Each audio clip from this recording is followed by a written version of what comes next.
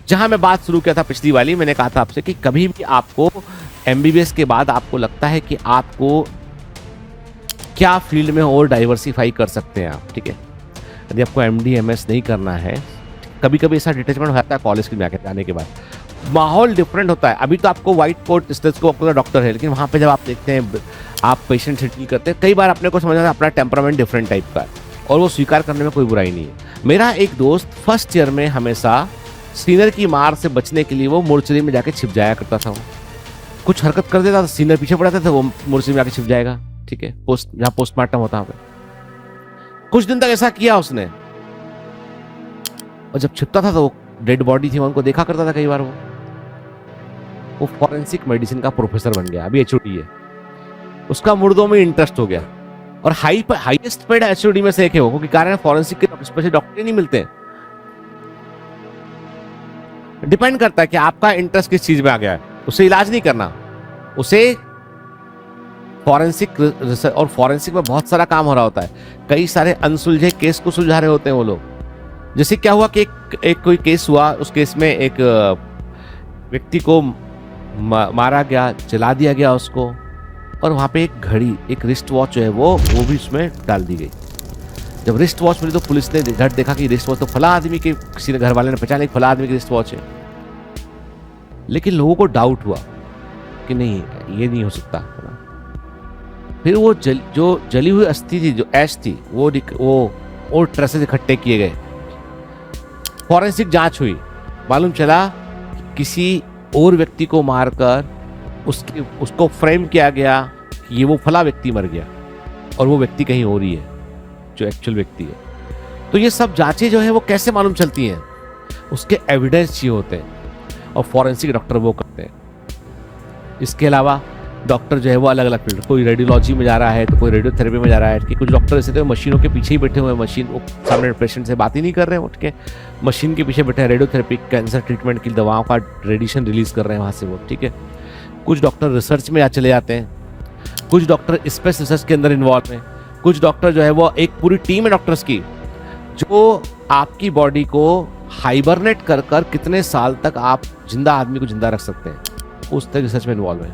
और उनका प्लान ये है जो हॉलीवुड फिक्शन मूवी का है कि यहाँ से हमको दूसरे प्लेनेट पे भेजना होगा आदमी को, तो पहुँचने में जो है 50 साल का वक्त लगेगा उस जहाज को पहुँचने में। 50 साल तक इस आदमी को हमको यथा स्थिति में 20 साल का था वहाँ पे उसको स्लो डाउन कर देना, मेटाबॉलिक पूरा उसको एकदम स्लो कर देना कि वो आदमी 20 साल से 21 साल का हो, सिर्फ वो 50 साल में वो सिर्फ 1 साल की उम्र पूरी करे मेटाबॉलिक लेवल पे, और वहाँ जब पहुँचेगा वो 21 साल की उम्र में वो नींद से जग जाए, वो जिंदा रहे, नींद से जग जाए वो, तब तक वो दूसरे ग्रह पर पहुंच चुका होगा। धरती भरने वाली है, दूसरे प्लैनेट पे। अब ये सारी रिसर्च केवल साइंटिस्ट तो नहीं कर सकता, डॉक्टर इन्वॉल्व है। तो इतने फील्ड है डॉक्टर्स के पास में कि हमको सिर्फ अपने चौराहे पर, नुक्कड़ पर एक दवाखाना दिखाई पड़ता है, और हम सोचते हैं कि दवाखाना ही जिंदगी है। ऐसा नहीं है। कुछ डॉक्टर आईएएस भी बन जाते हैं। एमबीबीएस करने के बाद आईएएस का एग्जाम निकालने वाले डॉक्टर्स की संख्या बहुत बड़ी है। बैठकर पढ़ना उनको आता है, पढ़ने में तेज होते हैं, जल्दी ग्रास्प कर लेते हैं, पेशेंट डील करने से पर्सनालिटी भी इंप्रूव होती है, तो इंटरव्यू में भी नंबर मिलता है। आईआईटी निकाल लेते हैं क्योंकि उनको भी जो है वो पढ़ने में उनको वो इंटरव्यू सेकेंडरी है उनके लिए।